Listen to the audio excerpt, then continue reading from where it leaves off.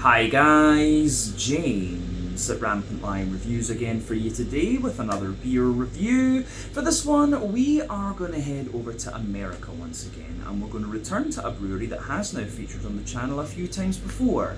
So I've had some really nice beers from these guys over the last year or so, a couple of different styles, but if people were to ask me about this brewery, I would say that they're most definitely best known for their different kinds of New England hazy, whatever you want to call them, IPAs. From what I understand as well, this brewery is considered one of the real pioneers in their home state, particularly in that New England hazy style category, of course, and they've just built up a very good reputation for themselves, as I said.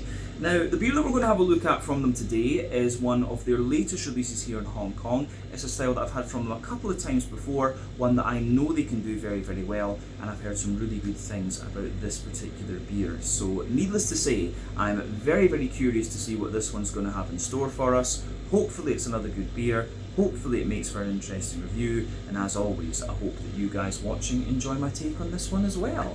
So yeah, for this review then, we are going to head over to America, like I said. We're going to go to New England in the northeast of the country. We're going to go to the state of New Hampshire, and to be specific, we are going to a little town called Nashua, and that happens to be home to the wonderful Spyglass Brewing Company. So this particular beer is called Qubit. It comes in at 8% ABV, and this is another New England hazy Imperial Double, whatever you want to call it, IPA. So yeah, this is one of the latest batch of Spyglass beers imported to Hong Kong by Hops Express. If I remember rightly, I picked this one up at the Wine Rack shop in Sai Pun over on Hong Kong Island, and I think it was maybe 6 or so Spyglass beers that they brought in this time, and this is one of the ones that I thought had the most interesting hop profiles. I think pretty much all of them were hazy IPAs, but yeah, this is the one that I thought was really interesting from that perspective. We'll talk about the hop profile a wee bit later on, but yeah, it's supposed to be a very nice beer, this, so let's crack on and see if that holds true.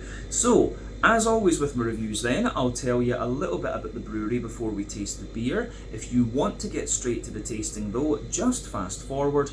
All the usual links can be found in the video description below. That's the brewery website, the link to my other reviews that I've done from Spyglass Brewing Company before, and we will no doubt add more to that list at some point in the near future. But there's all the usual social media down there. If you want to see more reviews, do please consider subscribing to the channel. The support that you give is massively appreciated, and remember, you can go into the channel homepage and search for beer using the geography tagging system. So just go in there, use the little search bar, put in your hometown, state, county, province, whatever you like. If I've reviewed beers from the area you search for, they will pop up. Failing that though, you can check out the playlist of beers from different countries. You'll find this one in the American playlist along with a number of other things. That's being added to very regularly, of course, because we do get a good selection of American stuff here in Hong Kong, but do make sure you check out the playlist of beers from other countries as well, because there are some very interesting things on the channel these days, even if I do say so myself. But yeah, let's go on to the brewery notes then, and I'll give you a wee quick history of Spyglass Brewing Company. So, as I mentioned to you already, Spyglass Brewing are based in a little town called Nashua in New Hampshire, which is in the southeastern part of the state, kind of to the northwest of Boston as well, which I think is the closest kind of big city, if we can put it that way. And this company was founded back in 2018, so they're still a relatively new brewery actually compared to some other ones. But the 4 men behind the brewery are John Wagner, Joe Kidder, Jonas Johansson, and A.V. Subramaniam. I hope I pronounced that one right. But they all had a background in IT, and they were really into the hazy IPA scene that was quite prominent in the rest of New England. But apparently they used to travel across the region together and visit the different breweries, but they became quite frustrated that they couldn't find the same type of beer in their home state of New Hampshire so easily.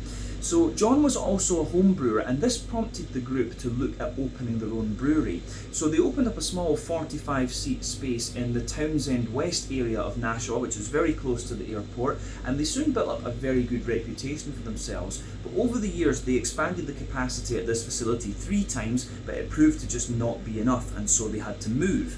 So in 2022, they moved their production to a larger space on an innovative way in the south of the city, and there they've got an on-site tap room and restaurant which can seat 300 people, and this opened in early 2023.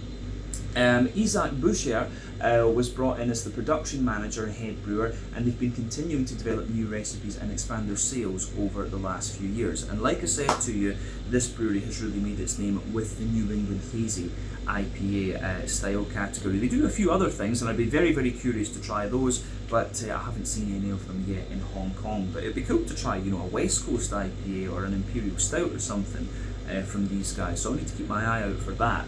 But as of March 2025, at the time of filming this video, these guys have produced 295 different kinds of beer according to Untappd, and that number will, of course, no doubt continue to increase.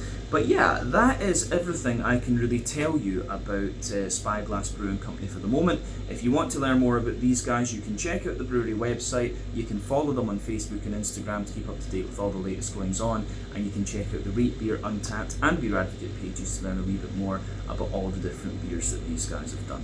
So yeah, let's go on then and have a wee look at the beer itself. So I'll let you have a wee look at the can art on this one before we open it up. You get a few different kind of things from Spyglass, but this beer, of course, Qubit, if I remember rightly, Qubit is like a quantum bit, and of course with these guys having worked in IT, it kind of makes sense that they would do that. But you know, regular computing is based on the binary system, just 1 and 0, but quantum computing uses like different states of the different energy levels of the atom and things like that to give you more possibilities. So yeah, quantum computing is very interesting actually. I love quantum mechanics when I studied chemistry and physics. But anyway, yeah, so it's named after the quantum bit is where I was going with that basically. But yeah, there you can see the Spyglass Brewing Company symbol at the top of the can there. Plain silver top, as I said. This is a 473 milliliter can, which is 1 American pint. But yeah, it looks like this one was canned on the 20th of February, and so we're drinking this one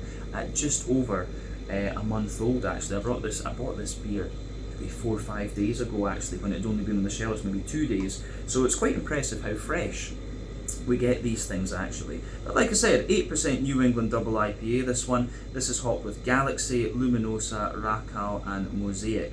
So yeah, Galaxy is Australian, about 14% alpha acid. It's going to give you quite a lot of mango and pineapple. Luminosa is a newer hop actually. It's an American hop derived from Soriaceae. It's got quite a lot of peach to it, but it's also got a wee bit of a kind of mango and orangey character. I think that's about 11 or 12% alpha acid. Racal is from New Zealand. It's got quite a lot of like apricot-y notes to it, and I think yeah, 10 or 11% alpha acid. Quite a few problems with yield on that one, if I'm not mistaken. Then Mosaic, one of the very well-known American hops, 14% alpha acid, and it's kind of tangerine-y. So curious to see how all of these will go together. But yeah, the Mosaic in this one is cryo, so that'll be quite interesting. But yeah, let's get this guy out into the glass then and see what it's all about. I always enjoy a good Spyglass beer, so hopefully this one is as good as the others that we've had previously. But yeah, this should be pretty nice. Let's do it. So there we go. Anyway, on first appearance, I would say this one's a pretty bright yellow. It reminds me of mango juice. I always like comparing the different hazy IPAs, different fruit juices, because they really do just look like that. But you can see we've poured maybe about 80% of the beer, 3/4, something like that. But you can see the head on this one is just under a finger, and I would say it's foamy on the surface, but a bit more soapy the further up that you go. But it's, yeah, the way it goes together is kind of what you'd expect. I would say it's maybe a slightly creamy coloured head rather than being perfect white. But yeah, in terms of appearance, there's nothing particularly surprising about this beer when you consider what style it is. 1 or 2 bubbles of carbonation sticking to the side of the glass, a few little ones going up toward the bottom of the head there. But all in all, it looks really nice. And as I say, bright yellow mango juice colour. So remember, the colour of your beer depends on a few things. 1, the type of malt that you use. This goes a long way to determining your EBC rating. 2, length of your wort boil is going to play a role, because the longer you boil the wort, the more the sugars caramelise and thus you get a darker coloured beer. But any barrel agent you do or adjuncts you put into the beer will affect its colour as well. But with the IPA style category, it's very rare that you have to care about that. It's only really fruity IPA, fruit IPAs, that will have kind of odd colours and things like that. But yeah, as I say, everything we need to say about the appearance has been said, so let's go on and have a little look at the nose on this one then. Aroma time, let's do it. Oh, it's quite interesting. So, I'd say this one's a little bit more kind of bready-ish and grainy-ish than I remember some of the other ones from Spyglass having been. It's very soft and juicy. It's almost got a little bit of a more kind of candied, like sherbety candy sort of thing going on with it as well. Green component is very, very smooth in this one. When you've got cryo in there, that kind of makes sense. But yeah, this one, just from memory, strikes me as being a wee bit different from what we've had from Spyglass before.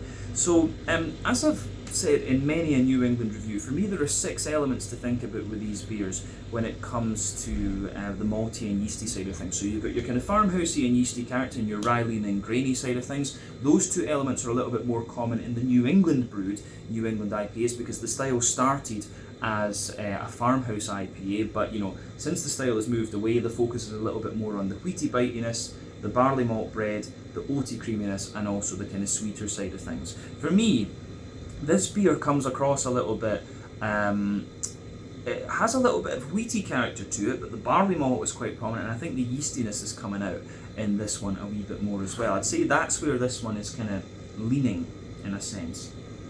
But you also have to remember that, you know, American wheat, for example, is very, very smooth, whereas European wheat's a bit more bitey, and the American oats, I think, are a bit more porridgey, whereas European oats are a bit more creamy. So I think the American New England IPAs, I think, they're just, I think, slightly drier than their European counterparts, in honesty. But yeah, you can smell that with this one. To me, it's got just that little hint of dryness to it. But let's break the aroma down and describe it for you properly. So for me, the backbone of this beer is a kind of fresh, white bready bread crust. Of course, you've got that little bit of woodiness and that kind of crackery character that you very, very often get with these beers. I think there's a little touch of like a slightly sweet wholemeal brown bread in there, but there's lots of like fluffy, fresh white bread. And you can smell, I think American wheat is a little bit sweeter too, or maybe I should say North American wheat, because you notice the same thing with the Canadian beers as well, at least in my opinion. But yeah, you can smell that slightly denser and sweeter wheaty white bread in there, which I really like. There is a little bit of bitiness off the wheat at the back of the nose, I'm noticing that. But the more that I smell of it, the more I get the kind of oaty character out of this one. And the oats are interesting because, yeah, it's giving you a little bit of that creaminess. But as I say, I just get that very slightly drier, porridgey oaty kind of thing out of this one. So, yeah. If you sugar it up a little bit, there's a wee touch of like a kind of skittly type aroma coming out of it. And that's quite common, that's the yeast that's going to give you that. But I don't get too much in the way of like brown sugary sweetness out of this one. And going by the colour, that, you know, that kind of makes sense. There is a little bit of that Werther's Original butter candy, butterscotchy sort of note there, and a wee bit of biscuit. You kind of expect that when your ABV is, you know, north of like 7% or so. But yeah, this one for me, there's not really much. There's a little bit of the skittly character and just a wee touch as well of that, and just a little bit of the kind of sweeter brown sugary side of things. But yeah, as I say, this one strikes me as being a bit more kind of grainy and bread crusty in its aroma than other Spyglass beers that I've come across.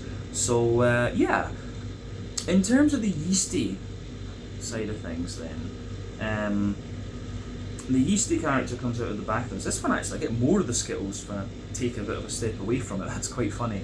Taste the rainbow. But yeah, at the back of the nose with this one, you have at the back of the nose with this one, you have that nice yeasty character in there. For me, it's quite white bready, and it's got a wee bit of brown bready sweetness to it as well, and a wee bit of that kind of softer, crackery note in there. But my brain, I think, is just kind of fixated on this kind of skittly note out of the beer. And yeah, the hops are contributing to that as well, but I think some of that is coming from the yeasty side of things. But all in all, you know, aroma, malty side of the aroma and yeasty side of things is quite nice. On the hoppy side of things then, I'll take it in quite deeply.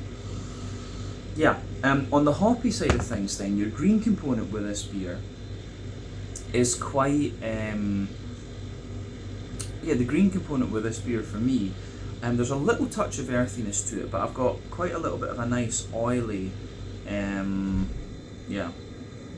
there's quite a nice little bit of an oily, kind of floral note to it.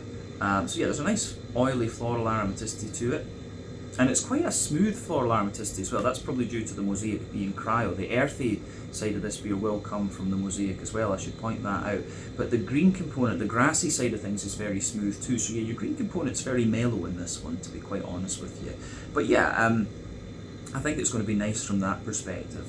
But the fruity side of things for me is the really interesting point with this one, because it's got a really nice balance between the orangey side of things, the orangey citrusy side, and the tropical fruits. So yeah, if you let the beer settle a wee bit, of course you're getting still that skittle note, which I think is coming from the yeast. But yeah, you have the with the yeast in this one. With the fruity side of things. Brain's getting a bit slow because I'm tired. But yeah, this one is really nice. There's lots of juicy mango in there. Of course, that's the Galaxy, and the Luminosa is going to give you a wee bit of that as well. But there's just a little touch of like juicy or slightly sharper peach, I think, in the top of the nose. So just pay attention to that. You've got that peach in there. But yeah, lots and lots of juicy mango. The apricot's quite prominent as well. That's the Racal that's going to give you that. But then yeah, the orange, the tangerine orangey side of this one's quite interesting, because you've got the more oily tangerine note from the mosaic, but then underneath it you've got more of a kind of slightly candy kind of note, a slightly candied orange from the Luminosa. So yeah. Yes, it's interesting, this one. It really is quite a kind of candied smelling beer, this, if I can put it that way. But yeah, all in all, the aroma I think is really, really nice. As I always say, take a little bit of time to enjoy that aroma before you get stuck into the beer. But without further ado, I think it's about time that we try this one and see what it's all about. So yeah, this is the Qubit, an 8% New England Hazy, Imperial Double, whatever you want to call it, IPA, Citra Luminosa Racal Mosaic, from Spyglass Brewing Company in Nashua, New Hampshire, over in New England in the US. Let's get stuck into this one. Slàinte, skål, cheers.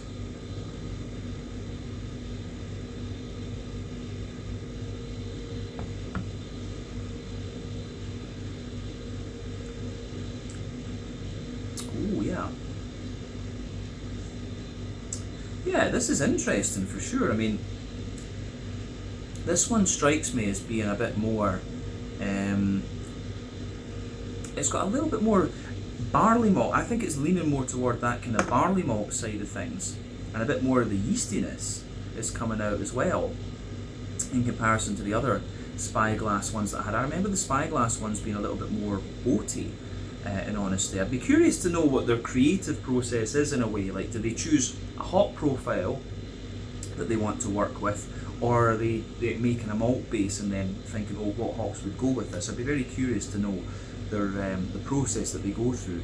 But yeah, it's very smooth, quite bready New England IPA, this one. It's very, very soft in its fruitiness and quite juicy as well into the aftertaste. So I like that about this one.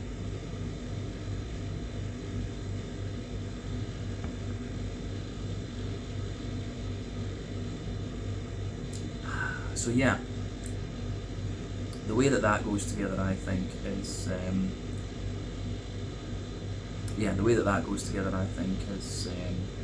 is really, really nice. Yeah. So let's do as we always do then, and just break it down and describe it for you more in depth. So if we go to the middle third of your palate, there's a good little bit of there's like a fresh white bready bread crust forming the backbone of the beer. As I've often said, you know, sweeter flavours come out further forward on the palate, more dry and bitter flavours come out further back. So on the base of that middle third of your palate, you can feel that white bready bread crust, a bit smoother further forward, but a bit drier further back. As you move toward the kind of front of that middle third of your palate, you start to get a little bit of the kind of woody character out of this one. But yeah, there's definitely a wee bit of a more kind of crackery note coming out of this one, and I think there's definitely a layer of that, there's definitely a layer of that kind of wholemeal brown bready character coming out of this one, and I think that gets drier and drier into the aftertaste as well.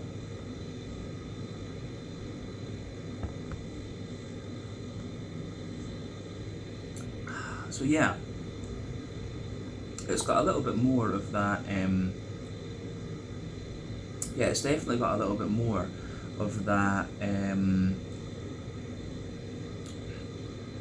that kind of brown bready and grainy character to it in the flavour than I thought it was going to from the aroma, in honesty. But yeah, above that kind of brown bready layer, you get the barley malt white bready there. So yeah, you can feel there's a fluffier layer of white bread coming out of this one, and it's got a bit of dryness to it, but at the same time you get a wee bit of sweetness out of it too. But then yeah, definitely you can feel the more dense wheaty white bready layer coming out of this one above that. So yeah, you've got your bread crust, your woody bit, your cracker, the brown bread, the white bread, the wheaty layer, and then above that you start to get the oaty side of things coming out of this beer.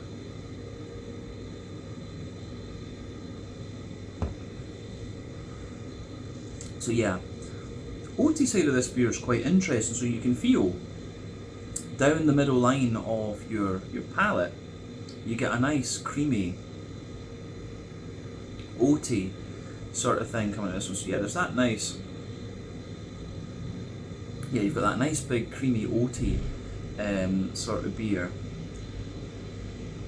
That's nice. Sorry, that nice kind of creamy oaty character, not the beer. The brain is dead. Brain is dead. Yes, down the middle line of your tongue, you've got that nice creamy oaty character there. And as you move out toward the edges of the palate, it just shows you a little bit more kind of dryness and things. And I think there's a wee tiny hint of that skittly flavour that comes out there into the aftertaste. But yeah, in the dead centre of your palate, you'll feel that little circle there. And that's where you get the kind of Werther's Original butter candy, butterscotchy sort of flavour coming out of the beer. So for me,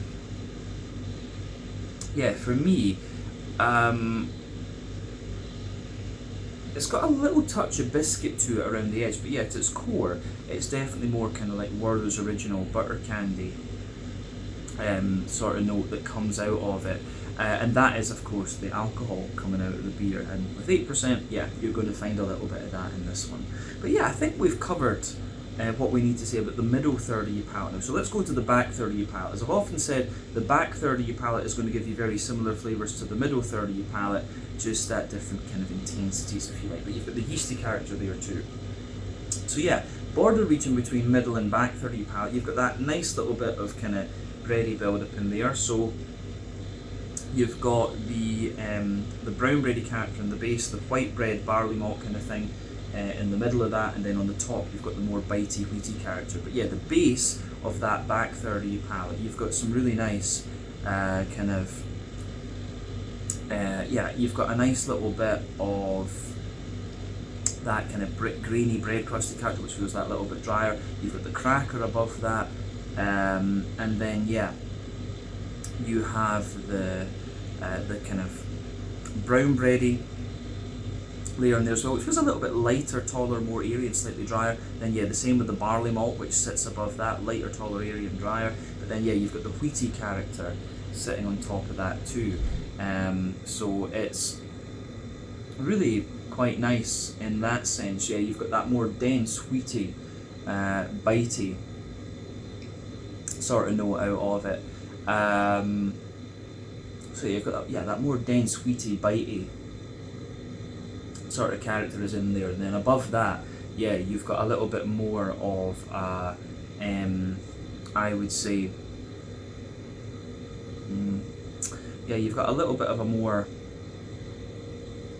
there's almost a little touch of the biscuity note just creeps over the top there on some of the Skittlesy character as well. But then above all of that, you get the yeasty side of the beer. So at its core, the yeasty part of the beer feels a bit more kind of brown bready, like wholemeal brown bread. Then it's surrounded by it's surrounded by a more barley malt white bready layer. Then there's a bit more kind of wheaty bitiness around the very edge of the yeasty character there. So that yeasty note is quite interesting, sweetness and a bit more bitiness too. But definitely, the back third of your palate, you can feel the flavour is taller. Then as you move further forward into the middle third of your tongue, it just kind of condenses down and squashes together that little bit more. So the way that this beer goes together, I think, is really nice. That covers the malty and yeasty side of things then. So let's go on to the hoppy side of the beer. One thing I have noticed with this one actually is that it does show you a wee bit of bitterness. So remember, with IPAs there are 3 types of hoppings that you can do. Early addition hopping, which takes place within the first hour of the wort boil, that gives you, pardon me, mainly bitterness and a deeper danker green component. Late addition hopping, which takes place in the last half hour of the wort boil, gives you a wee bit of bitterness. Yeah, it gives you a little bit of bitterness and a little bit of bitterness, but mainly flavour and aroma. That's going to give you a very bright green component, I would say. Brain fart again. And then dry hopping, which takes place after the wort boil is complete. That's all about flavour and aroma, and again it gives you a very kind of bright green component. So the New England IPAs tend to use late addition and dry hopping, which makes them softer and more juicy, whereas the West Coast IPAs use all 3 types of hopping, which makes them more oily and kind of deep and dank and things like that. So this beer does have a wee bit of early addition hopping, I think, but the cryo is smoothing it out quite a little bit. So let's look at the green component flavours then.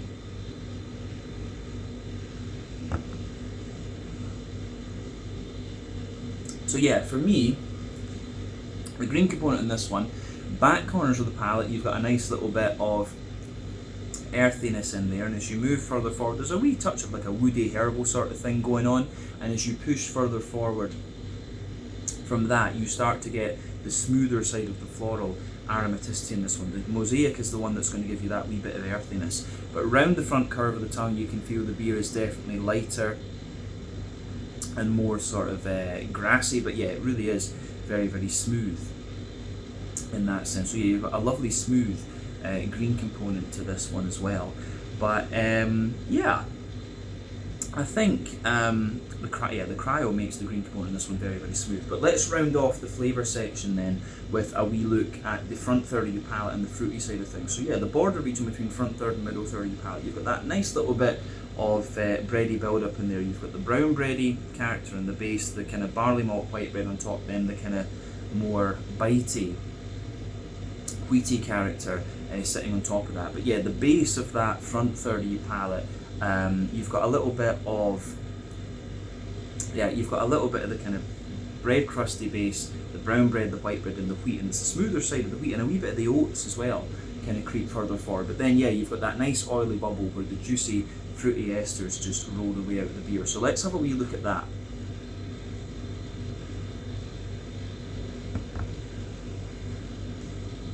So the fruity side of this beer for me is very soft, and again it's very kind of candied in a sense. But at the back of that front third of your palate, you can feel the peach on the top from the luminosa, but underneath that you've got lots and lots of juicy mango, and the apricot I think becomes quite prominent in this one. I think the kind of candied notes that I've talked about in this beer, they push a little bit more. The candied sort of notes in this beer just push their way out a little bit more. But the, how do you say, the as you reach the middle of that front third of your palate, it's all about the kind of apricot-y notes. There's maybe a wee bit of like papaya or something like that in there as well. But as you move into the front half of that front third of your tongue, and we're talking fruity side of things, it feels like quite a dry, candied sort of orange underneath, but then you've got that more oily tangerine note from the mosaic sitting on top of that. So all in all, I think the fruity side of this beer is really, really nice. So gets a big thumbs up from me. This is quite an interesting one. I don't remember having had a New England that's quite like this. This one I think is slightly drier and more grainy in a sense, but I like it, and it's always good to go to. It's kind of always interesting to go to something like this, because the New England brews, New England IPAs, they were always a bit more kind of farmhousey and yeasty and stuff, and grainy, and this beer really gives you that vibe actually. So if you want to see what the New England IPAs were kind of like originally, this is a good one to try. So yeah, let's finish off the review then with a wee quick look at the mouthfeel. For me, this beer,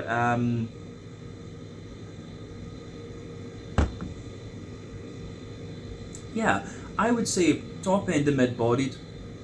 Carbonation is very, very smooth in this one. It has got a wee bit of wetness to the mouthfeel, but as I say, it gets kind of, it does get more dry into the aftertaste. This beer's not really a kind of, I don't find this one as creamy as some of the others actually.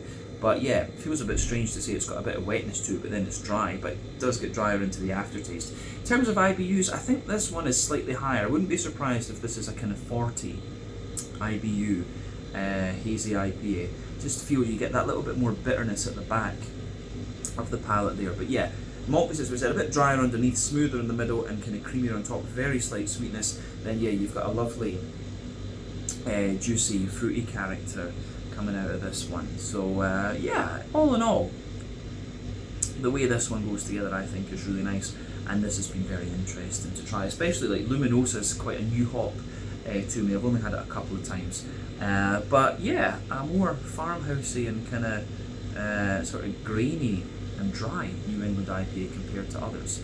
So yeah, let's leave it at that. This one was the Qubit, an 8% New England hazy double IPA from Spyglass Brewing Company in Nashua in the southeast of New Hampshire in New England over in the US. Once again, thank you for watching my beer reviews. Until the next time, please like, subscribe, share, all the usual YouTube stuff. Let me know your own thoughts on this beer in the comments section below. Let me know what your favourite beers are from Spyglass Brewing Company as well, and we will no doubt return to these guys again at some point in the very near future. Until the next time, Slàinte, Skål, cheers, and I'll catch you guys in another review very, very soon. Ciao just now.